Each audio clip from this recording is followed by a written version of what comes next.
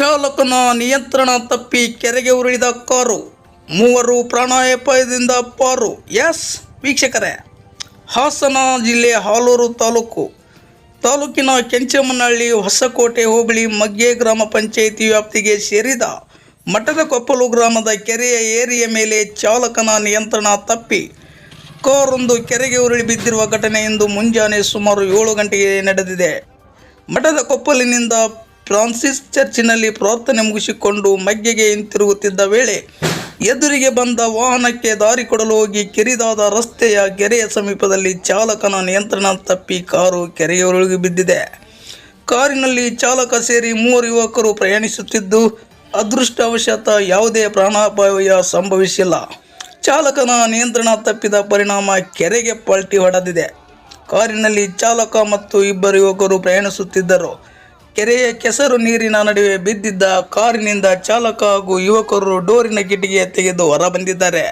Car ಅಪಾಯ ಸಂಭವಿಸಿದ ವೇಳೆ ದಾರಿಯಲ್ಲಿ ಬರುತ್ತಿದ್ದ ಸ್ಥಳೀಯ ಸಾರ್ವಜನಿಕರು ನೋಡಿ ರಕ್ಷಣೆಗೆ ಮುಂದಾಗಿದ್ದು, ಸ್ಥಳೀಯರ ಸಹಾಯದಿಂದ ಕಾರಿನಲ್ಲಿದ್ದವರು ಪ್ರಾಣಾಪಾಯದಿಂದ ಪಾರಾಗಿದ್ದು ದೊಡ್ಡ ದುರಂತವೊಂದು ತಪ್ಪಿದಂತಾಗಿದೆ.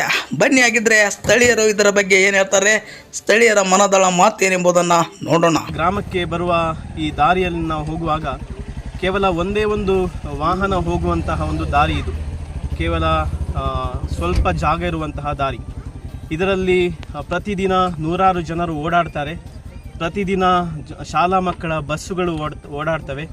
ಅದೇ ರೀತಿ ಕೂಲಿ ಕಾರ್ಮಿಕರು ಓಡಾಡ್ತಾರೆ.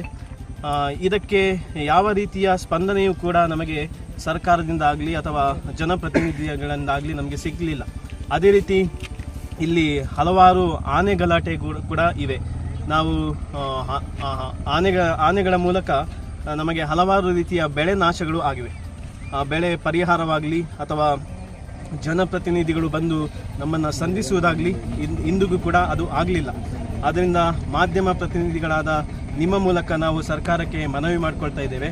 ಅದೇನೆಂದರೆ, ನಮ್ಮ ಗ್ರಾಮಕ್ಕೆ ಬೇಕಾದಂತಹ ಮೂಲಭೂತ ಸೌಕರ್ಯಗಳಾಗಿರ್ಬೋದು, ಕುಡಿಯುವ ನೀರು, ರಸ್ತೆ ಅಗಲೀಕರಣ, ನಮ್ಮ ಗ್ರಾಮಕ್ಕೆ ಓಡಾಡಲಿಕ್ಕೆ ಬೇಕಾದಂತಹ ಸೌಕರ್ಯಗಳು, ಅಥವಾ ನಮ್ಮ ಗ್ರಾಮದಲ್ಲಿ ಬಡ ಜನರಿದ್ದಾರೆ, ಕೂಲಿ ಕಾರ್ಮಿಕರಿದ್ದಾರೆ, ಅವರ ಜೀವನಕ್ಕೆ ಬೇಕಾದಂತಹ ಒಂದು ಮಾರ್ಗದರ್ಶನ ಅಥವಾ ಅವರ ಜೀವನಕ್ಕೆ.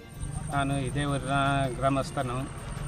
ನಾನು ಪೂಜೆ ಮುಗಿಸ್ಕೊಂಡು ಬರ್ತಾ ಇರಬೇಕಾದ್ರೆ ಅಡ್ಡ ಒಂದು ವೆಹಿಕಲ್ಸ್ ಬಂತು. ತಪ್ಸೋಕ್ಕೆ ಹೋಗಿ ಸೈಡಿಗೆ ಹೋಗಿ ಈ ರೀತಿ ಗಾಡಿ ಪಲ್ಟಿ ಆಯಿತು. ತಡೆಗೋಡೆ ಇಲ್ಲೇ ಏನೂ ತಡೆಗೋಡೆ ಇಲ್ಲ. ನಾವು ಎಷ್ಟೋ ಸಾರಿ ಮನವಿ ಮಾಡ್ಕೊಂಡಿದ್ವಿ, ಇಲ್ಲಿಗೊಂದು ತಡೆ ರಸ್ತೆ ಮಾಡಿಕೊಡಿ ಅಂತೇಳಿ. ಯಾವ ಅಧಿಕಾರಿಗಳು ಗಮನ ತೆಗೆದುಕೊಂಡಿಲ್ಲ. ಇದೊಂದು ಅಲ್ಲ, ಇಂಥವು ಅನೇಕ ಬಾರಿ ಈ ಜಾಗದಲ್ಲಿ ಆಗಿದ್ದಾವೆ. ದಯಮಾಡಿ ಸಂಬಂಧಪಟ್ಟವರು ಒಂದು ತಡೆಗೋಡೆ ಮಾಡಿಸ್ಕೊಡ್ಬೇಕೆಂದು ತಮ್ಮಲ್ಲಿ ಕಳಕಳಿಯಿಂದ ಬೇಡಿಕೊಳ್ಳುತ್ತೇವೆ. ಕಾರಲ್ಲಿ ಎಷ್ಟು ಜನ ಇದ್ರು ಸರ್? ನಾವು ಕಾರಲ್ಲಿ 3 ಜನ ಇದ್ದು. ಸದ್ಯ ಪ್ರಾಣಾಪಾಯದಿಂದ ಎಲ್ಲ ಪಾರಾದರೂ ಸಹ ಯಾರಿಗೂ ಏನೂ ತೊಂದರೆ ಆಗಿಲ್ಲ. ಸರಿ, ಎಷ್ಟು ಗಂಟೆ ಸಮಯದಲ್ಲಿ ಆಗಿದ್ದು ಸರ್? ಇದು 7 ಗಂಟೆ ಸಮಯ. ಚರ್ಚಿಗೆ ಬರ್ತಾ ಇರೋ ಟೈಮೆಲ್ಲ ಆ ರೀತಿ. ನಮಸ್ಕಾರ. ನಮ್ಮದು ಇಲ್ಲಿ ಮಠಕೊಪ್ಪಲು ಗ್ರಾಮದಲ್ಲಿ ನಾವಿರೋದು. ಇಲ್ಲಿ ಸುಮಾರು ಒಂದು 300 ಕುಟುಂಬ ಇದ್ದಾವೆ.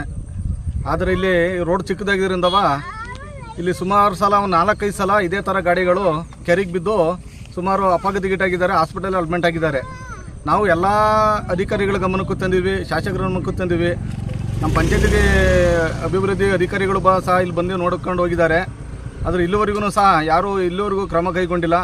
ದಯಮಾಡಿ ನಾವು ನಿಮ್ಮ ಹತ್ರ ಕೇಳ್ಕೊಳ್ಳೋದೇನೆಂದರೆ, ಈ ರೋಡು ಚಿಕ್ಕದಾಗಿದೆ. ಇಲ್ಲಿ ಸುಮಾರು ಜನ ಇಲ್ಲೆಲ್ಲ ಇರೋರೆಲ್ಲ ಕೂಲಿ ಕಾರ್ಮಿಕರು.